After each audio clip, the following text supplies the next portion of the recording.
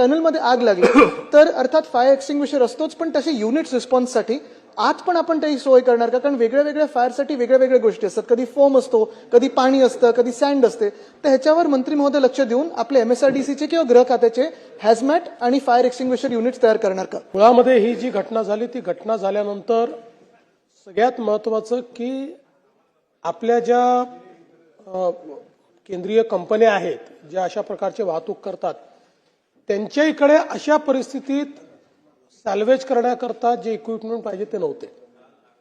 त्यामुळे यातनं आपल्याला एक नक्कीच ही शिक्षा मिळाली किंवा आपल्याला शिकवण मिळाली की अशा प्रकारे जेवढी वाहतूक होते त्या वाहतुकीच्या संदर्भात जर एखादा ऍक्सिडेंट झाला तर त्याला काय केलं पाहिजे याची SOPच नाही आहे.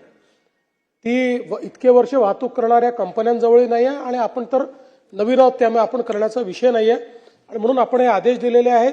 त्या कंपन्यांना देखील आपण सांगितलेलं आहे की जे वाहतूक करतात, कारण यातल्या बहुतांश कंपन्या केंद्र सरकारच्या कंपन्या आहेत, की त्यांनीही अशा प्रकरणी त्यांच्याकडे देखील हे इक्विपमेंट्स असले पाहिजेत रेस्क्यूचे, किंवा अशा पद्धतीनं जर टँकर लीक झाला तर काय करायचं, त्याला लगेच मोकळं कसं करायचं, आणि या परिस्थितीमध्ये पुढची जी SOP आहे ती SOP काय असली पाहिजे या दोन्ही गोष्टी ठरवण्याचे आदेश देखील आपण त्यांना दिलेले आहेत. महामार्ग अतिशय झपाट्याने आपण सगळीकडे करतोय, रस्त्यांच्या रुंदी होत आहेत, पण त्याचबरोबर तेवढं ट्रॅफिक देखील वाढतंय. त्यामुळे माझी सरकारला माननीय मुख्यमंत्री महोदयांना विनंती आहे की एखादं हेलिकॉप्टर ठेवावं. तात्काळ काही उपाययोजना योजण्यासाठी एक आपण समिती नेमावी. निश्चितपणे तसं हेलिकॉप्टर आपण वापरतोय. फक्त आपला प्रॉब्लेम काय की आपल्या देशामध्ये सूर्यास्तानंतर आपल्याला हेलिकॉप्टर वापरता येत नाही. हा आपल्या देशातला एक मेजर प्रॉब्लेम आहे की आपल्याकडे आपण नाईट फ्लाइंग अलाउ केलेलं नाही आणि म्हणून त्याचे कन्स्टेंट आहेत. पण अदरवाईज आपल्याकडे हेलिकॉप्टर उपलब्ध आहे, आपल्याला ते लगेच म्हणजे करता येतं. दुसरं जे आपण सांगितलं ते महत्वाचं आहे की आता आपण मुंबई पुणे एक्सप्रेसवेवर इंटेलिजंट ट्रॅफिक मॅनेजमेंट सिस्टीम लावलेली आहे, ती कार्यरत देखील आहे. तर आता या ITMSचा उपयोग करून आपल्याला लोकांना इन्फॉर्मेशन फास्ट डिसिमिनेट कशी करता येईल आणि आपल्याला ट्रॅफिक सॅग्रिगेशन करणं शक्य आहे, ट्रॅफिक थांबवणं शक्य आहे, ट्रॅफिक डायव्हर्शन इथे देखील ते केलं. पण माझं स्वतःचं देखील मत आहे की उशिरा केलं आपण.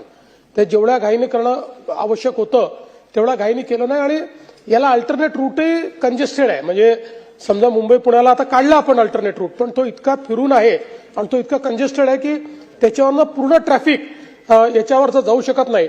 तथापि या सूचना दिल्या जातील की अशा परिस्थितीमध्ये ITMSचा उपयोग करून अगदी इंडिव्हिज्युअल व्यक्तीलाही कसा SMS जाऊ शकेल अशा प्रकारचं त्या ठिकाणी इन्फ्रास्ट्रक्चर तयार करण्याचे आदेश हे देण्यात येतील. तर हे जे प्री डिफाईन्ड रूट्स आणि जे मुख्यमंत्री महोदय सांगत होते की SOPs, मी आपल्याला विनंती करेन की लवकरात लवकर SOP बनवून ह्या प्री डिफाईन्ड रूटवर रस्ता स्मूथ असायला पाहिजे. इव्हॅक्युएशन प्रोसेस, कारण ट्रॅफिक गाड्यांचं इव्हॅक्युएशन एक वेगळं, पण लोकांना कसं त्या रिस्क मधून बाहर काढता येईल मी आपल्याला विनंती करेन. सजेशन फॉर एक्शन निश्चितपणे याच्यावर कारवाई केली जाईल. हेलो फ्रेंड्स, मैं हूं समीर, आप देख रहे हैं समाज खबरें हिंदी TV न्यूज। जैसे कि आप जानते हैं कि ये न्यूज एजेंसी हमारे साथ कई चैनल्स के लोग जुड़े हुए हैं जो अलग अलग तरह की खबर चलाते हैं, और हमारे चैनल के साथ कई सौ पत्रकार भी जुड़े हुए हैं जो हर जगह से पत्रकारिता करते हैं। हम जनता से भी आह्वान करेंगे कि अगर उनके एरिया में कुछ भी गतिविधियां होती हैं या इलीगल कुछ उनके साथ होता है तो उस तरह की वीडियो बना के हमें दे सकते हैं, हम चलाएंगे हमारे चैनल पर। और हमारे साथ हम आपको बता दें कि कई एडवोकेट्स भी जुड़े हुए हैं